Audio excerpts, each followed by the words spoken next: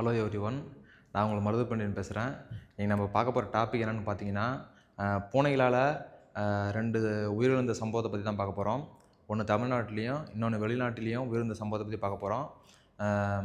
இந்த வீடியோ பார்க்கறது முன்னாடி நம்ம சேனலை இப்போ தான் முதல் முறையாக பார்க்குறீங்க அப்படின்னா நம்ம சேனலை சப்ஸ்கிரைப் பண்ணிக்கங்க. வாங்க வீடியோக்குள்ளே போகலாம்.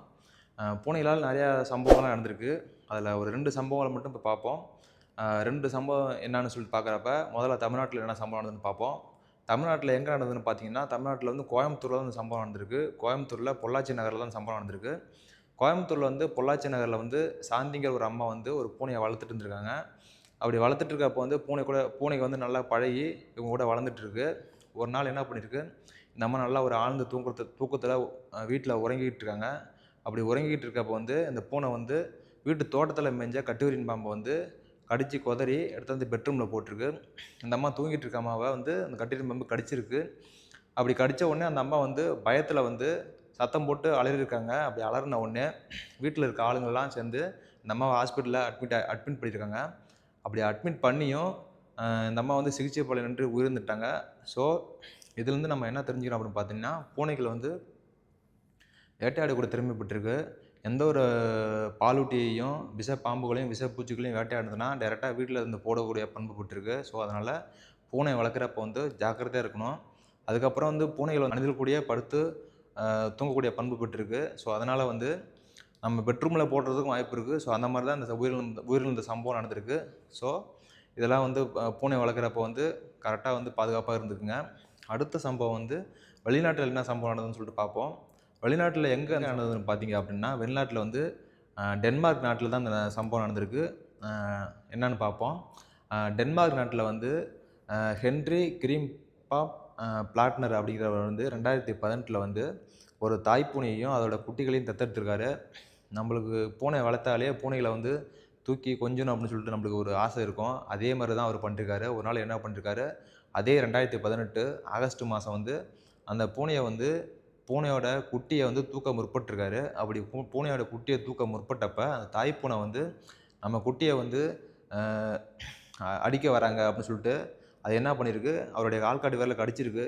ஏன்னா பூனையை வந்து சிறு குட்டியாக இருக்கிறப்ப வளர்த்தோம்னா அது நம்மளுடைய பராமரிப்பு முறையில் வந்து நம்ம எது பண்ணாலும் கடிக்காது ஒரு சில பூனைகள். ஆனால் வந்து தத்தெடுக்கிறப்ப வந்து நம்மளுக்கு கூட பழகாத பூனை வந்து இந்த மாதிரி கடிக்க செய்யும். அந்த மாதிரி தான் வந்து அவருடைய ஆள்காட்டி விரலில் வந்து அந்த தாய்ப்பூனை வந்து கடிச்சிருக்கு.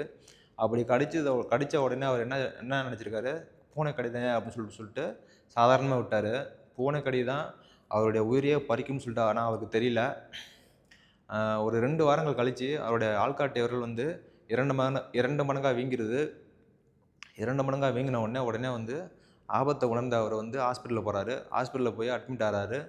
அட்மிட் ஆன உடனே இவருடைய ஆள்காட்டி விரலில் வந்து ஒரு 15 ஆப்ரேஷன் பண்ணுறாங்க. ஆப்ரேஷன் பண்ணிவிட்டு உடனே டிஸ்சார்ஜ் ஆகிறாரு. டிஸ்சார்ஜ் ஆகி வீட்டுக்கு போகிறாரு. வீட்டுக்கு போன உடனே அது சரியானதா அப்படின்னு பார்த்தா சரியாகலை.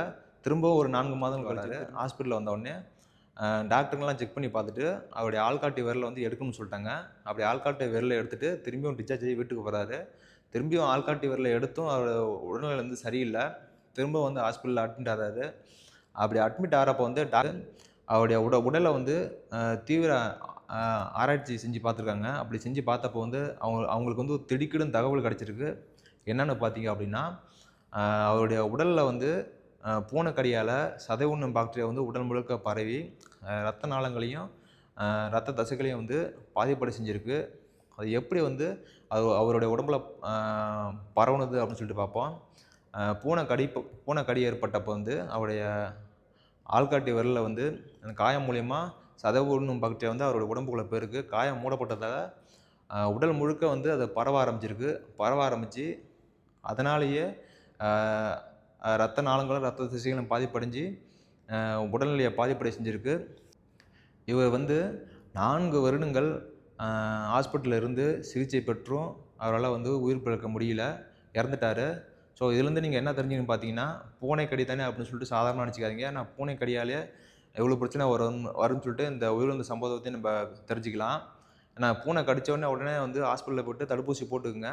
அப்படி போடலன்னா ஒரு சில பிரச்சனைகள்லாம் ஏற்படும். ஸோ பூனைக்கடியை பார்த்தாச்சு. அதுக்கப்புறம் பூனைகளில் வந்து ஒரு சில நோய்கள்லாம் வரும். பூனைகளுக்கு வந்து கென்சலு அப்படிங்கிற நோயால் பாதிக்கப்பட்ட பூனை வந்து உங்களை நக்குனாலோ அல்லது கீறினாலோ அந்த பாதிப்பு வந்து மனிதர்களுக்கும் வரும் அப்படின்னு சொல்கிறாங்க. ஸோ இதனாலேயே பூனை வளர்க்குறப்ப வந்து பூனைகளோட பராமரிப்பு முறைகளையும், அதுக்கப்புறம் வந்து அதை எப்படி வளர்க்கணும் அப்படின்னு சொல்லிட்டையும், அதுக்கப்புறம் பூனைகளுக்கு தடுப்பூசி போட்டும் கரெக்டாக பாதுகாப்பாக வளர்க்கணும். அப்படி வளர்க்கலைன்னா ஒரு சில பிரச்சனைகள்லாம் வர செய்யும். ஸோ இதெல்லாம் வந்து கரெக்டாக வந்து தெரிஞ்சுக்கிட்டு பூனைகளை வளங்க. ஸோ இந்த வீடியோ உங்களுக்கு பிடிச்சிருந்தா அப்படின்னா நீங்கள் லைக் பண்ணுங்கள், கமெண்ட் பண்ணுங்கள், ஷேர் பண்ணுங்கள். பாய்.